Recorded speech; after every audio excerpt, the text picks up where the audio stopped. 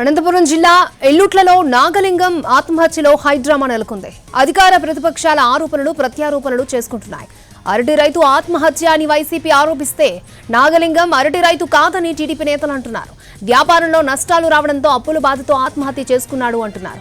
నాగలింగం ఆత్మహత్య టైంలో భార్యకు ఆడియో క్లిప్ పంపాడు. ఆ ఆడియో క్లిప్లో అప్పుల బాధ ఎక్కువైందని భార్యతో వాపోయాడు. పోలీసు దర్యాప్తు కొనసాగుతోంది. ఎవరూ రాజకీయం చేయొద్దని డీఎస్పీ హితవు పలికారు. మరోవైపు రైతు మృతదేహాన్ని పరిశీలించేందుకు మాజీ మంత్రి శైలజానాథ్ వచ్చేలోగా పోలీసులు జీజీహెచ్కి తరలించారు. విషయం తెలుసుకుని జీజీహెచ్కు వెళ్లారు మాజీ మంత్రి శైలజానాథ్. రైతు కుటుంబాన్ని వైసీపీ నేతలు పరామర్శిస్తే తప్పేంటని నిలదీశారు. హడావిడిగా పోస్ట్ మార్టం చేసి తరలించాల్సిన అవసరం ఏంటని ఆగ్రహం వ్యక్తం చేశారు. ఇదే సమయంలో జీజీహెచ్కు సింగనమల టీడీపీ ఎమ్మెల్యే బండారు శ్రావణి వచ్చారు. రైతు కుటుంబాన్ని ఆదుకునేలా ప్రభుత్వంపై ఒత్తిడి తేవాలని శైలజానాథ్ ఎమ్మెల్యే బండారు శ్రావణికి సూచించారు.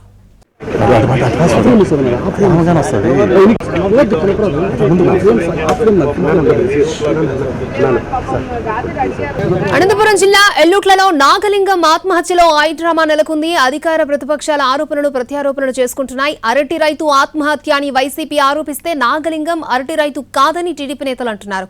వ్యాపారంలో నష్టాలు రావడంతో అప్పుల బాధతో ఆత్మహత్య చేసుకున్నాడు అంటున్నారు. వ్యాపారాల నష్టాలయ్యి అలాగే కొన్ని సంవత్సరాల నుంచి కూడా అప్పులు ఎక్కువ అవ్వడంతో కూడా ఈ అప్పుల ఒత్తిడి వల్ల కూడా చనిపోతున్నానని చెప్పి స్వయంగా ఆయనే ఒక వాయిస్ నోట్ వాళ్ళ భార్యకు కూడా పెట్టి ఇట్లా ఆత్మహత్య చేసుకోవడం చాలా చాలా బాధాకరం. చిన్న పిల్లలు ఒక 10వ తరగతి చదువుతున్నారు, ఇంకో పిల్లోడు 12వ తరగతి చదువుతున్నారు. హాస్టల్లో ఉంటారు పిల్లలు. స్థానికంగా ఉన్నటువంటి కుటుంబ సభ్యులు కూడా అందరినీ కూడా కలవడం జరిగింది. ఖచ్చితంగా ప్రభుత్వం నుంచి ఆ పిల్లలకి చదివేందుకు కానీ వాళ్ళకు ఉద్యోగాలు వచ్చేంత వరకు కూడా నేను అండగా ఉంటానని కూడా వాళ్ళకి సపోర్ట్ చేయడం జరుగుతూ ఉంది.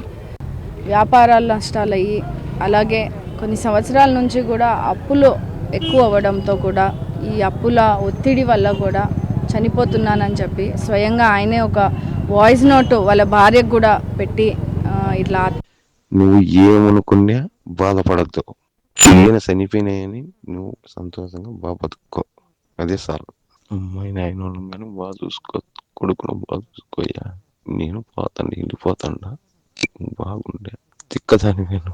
ఇదే నా ఆశ, ఇంకేంది లేదే నా బతుకు. నేను అప్పుడు చాలా చేసిన, నేను బతకలేను, పల్లెను మాటలు, అందుకు పోతాను. నన్ను క్షమించే, నేను పోతాను, చచ్చిపోతాడా. నువ్వు బాగా బతుక్కో. పిల్లోళ్ళను ఇంకోని ఏంది మాట్లాడద్దు, జాగ్రత్తగా బతుక్కో. ఒకనితో పనిలే, నీ బతుకు నీ బతుక్కో. నేను చనిపోతాడా. నేను అప్పులు చేసిన అప్పుల గురించి నేను బాధపడి బాగుండదని నేను పోతాడా.